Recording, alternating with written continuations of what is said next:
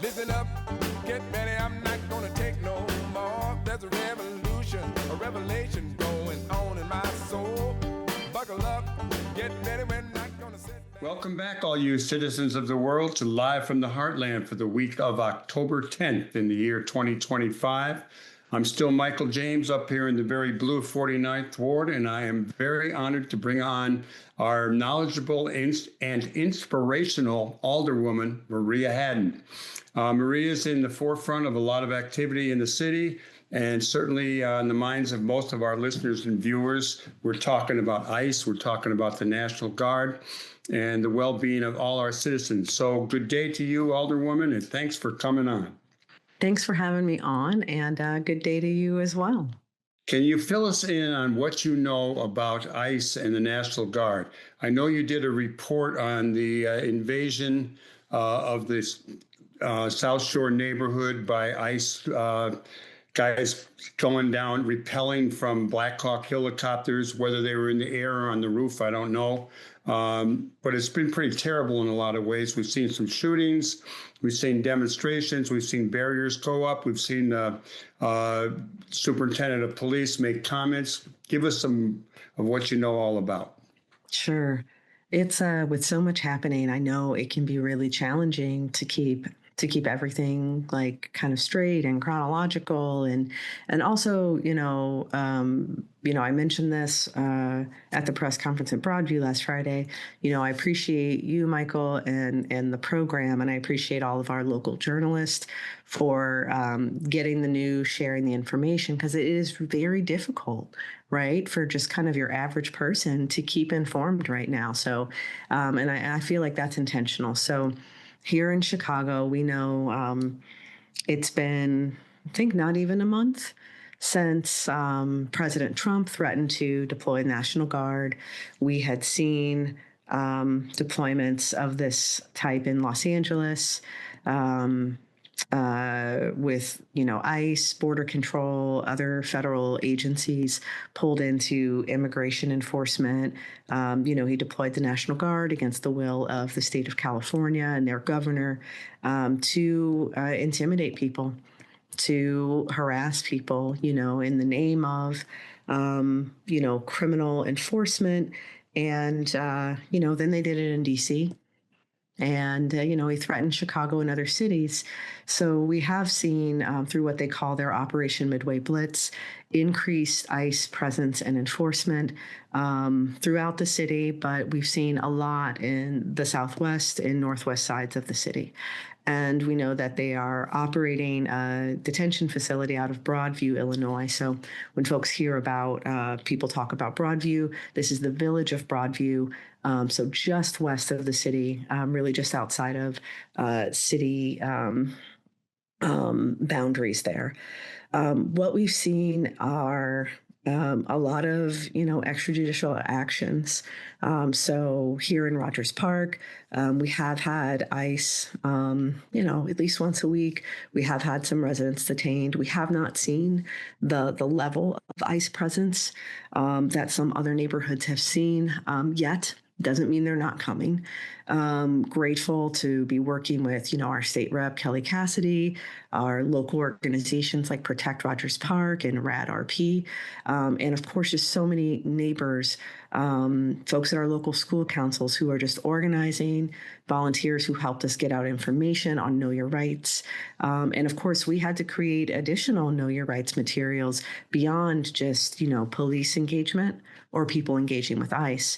From the ACLU, we've gotten additional guidelines for people of what to know if you end up having to engage with the National Guard. So we do maintain a list of these resources through a web link I'll drop here for you guys, but it's a bit.ly link, so bit.ly/FAFOchicago.org. And so it's our Fighting Against Fascist Occupation, but we keep a list there from some of the links from ICER, from our National Immigration Justice Watch, from the ACLU. And I think the big thing for people to know is this isn't about immigrants, right? So the federal forces that are being deployed under the auspices of immigration enforcement. We've already seen them with just a couple of weeks in Chicago and at Broadview. We've seen them shoot two people, one whom died. Is that with actual gun bullets, or is that? Oh, yeah. Yes. I mean, they killed the man in, what was it, northwest suburb? Yep. And then we had the woman this week who was shot. Thankfully, she is alive and has been released. But so we've had two people shot, one killed. We've had protesters and just general civilians on the street living their life in their neighborhood, tear gassed, people hit with pepper bullets, people roughed up, attacked, intimidated, followed, chased in vehicles. They appeared to have caused a vehicular accident over there by the Westside Justice Center. That also happened. And then, had a young Black man like in a chokehold. We've seen the video recordings. And so for Chicago residents, continue to document at a safe distance. If you're seeing ICE action, you can notify. We'll make sure to share the hotline, the tip line that ICER has been operating. That's a great way to let people know what's happening and where people are, and to document. So we are being attacked as a city. Our residents' civil and human rights are being violated.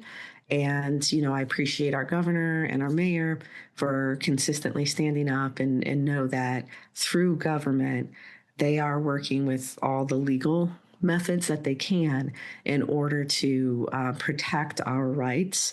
But we are being attacked, right, faster than we can respond. And it can't be overstated that and I know people feel this, we're experiencing and facing something that we've never before faced in the country, and that is, willful violation of laws, violation of our Constitution and our Bill of Rights by our federal government, and the use of federal law enforcement and other enforcement agents to carry out these illegal acts, which puts other levels of government in just a very odd place, right? How do we use our law enforcement bodies, our court systems, and our law enforcement officers to protect the law in opposition to federal agents?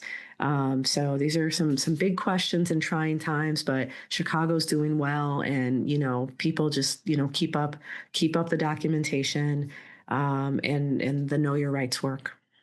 As a veteran of the 60s activism, I have to say that things were intense then, but it's never been like this. This is, as you point out, this is very new. And I'm one of the things that I did see or was told about was ICE, et cetera. The government is now previewing or looking over people's social media. Do you know anything about that? I only what I read in the news, right, that they might be hiring as many as 30 people to specifically do social media screening. I'll say as a public official, I always assume everybody's seen everything. As a millennial, I assume that the government or some, tech agency has taken all of my privacy away in trade for using these social media platforms anyway. Not to say that it's a good thing, but I don't feel like any of this stuff is private, and not to mention the data breaches, right?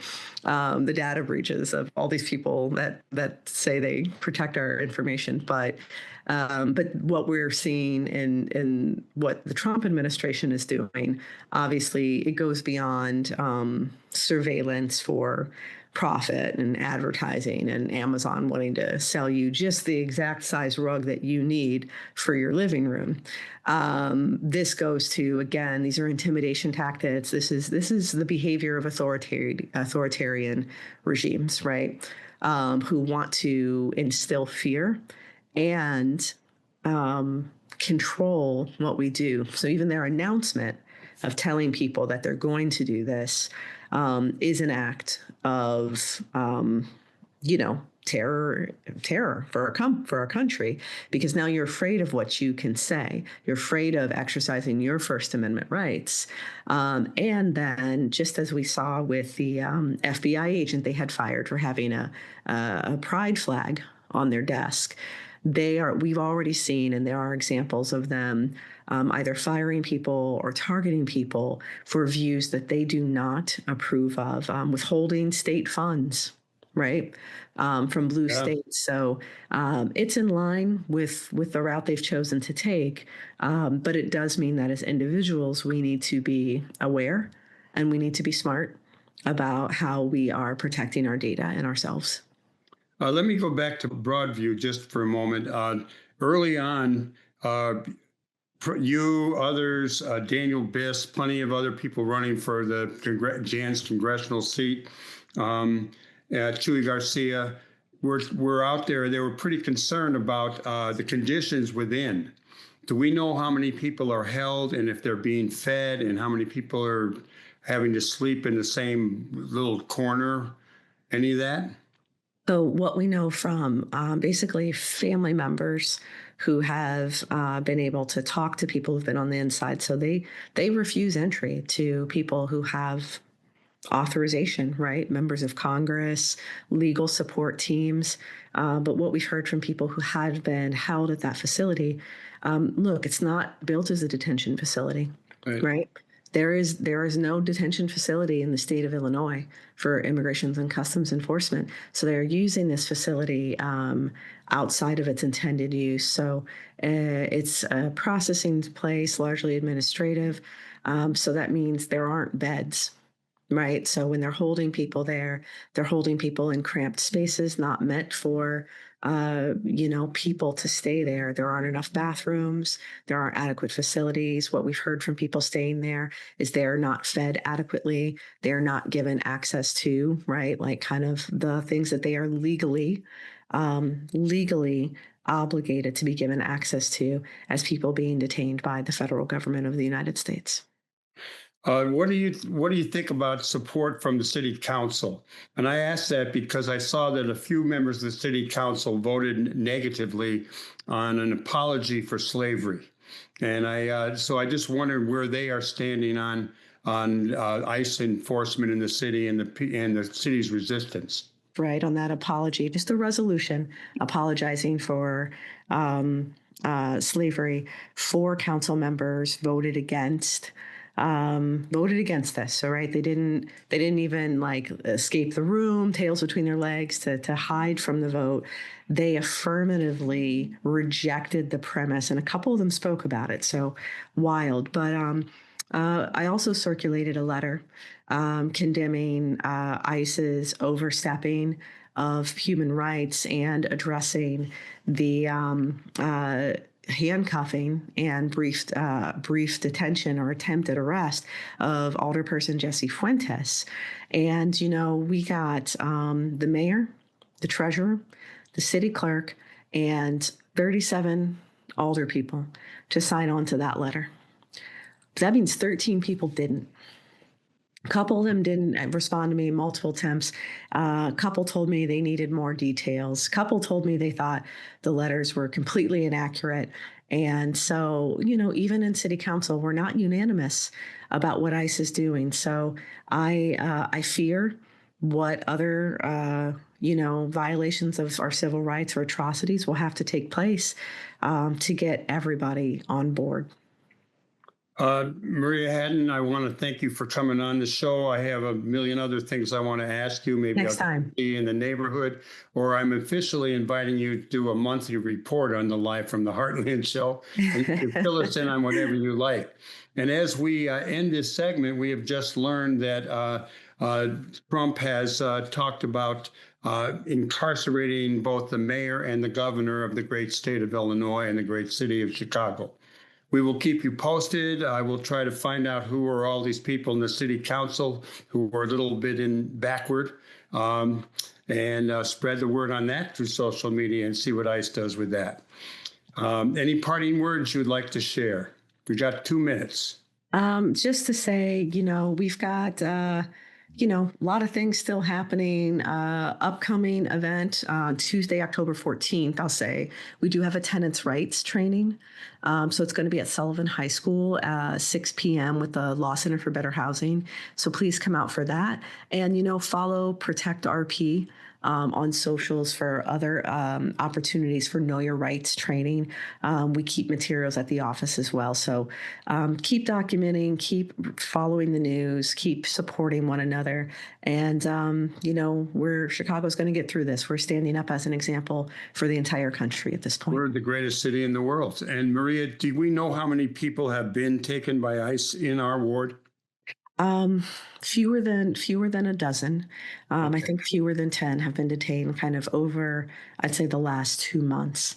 But just because we haven't seen the same levels of ICE presence as other neighborhoods doesn't mean that we may not. So it's important for people to stay vigilant. Okay, before I go, I just want to let everyone know that protectrp626@gmail.com is Protect Rogers Park. And if you contact them, an organizer will contact you back. Keep on the case, Alderwoman Maria Hadden. You're doing a good job, and we appreciate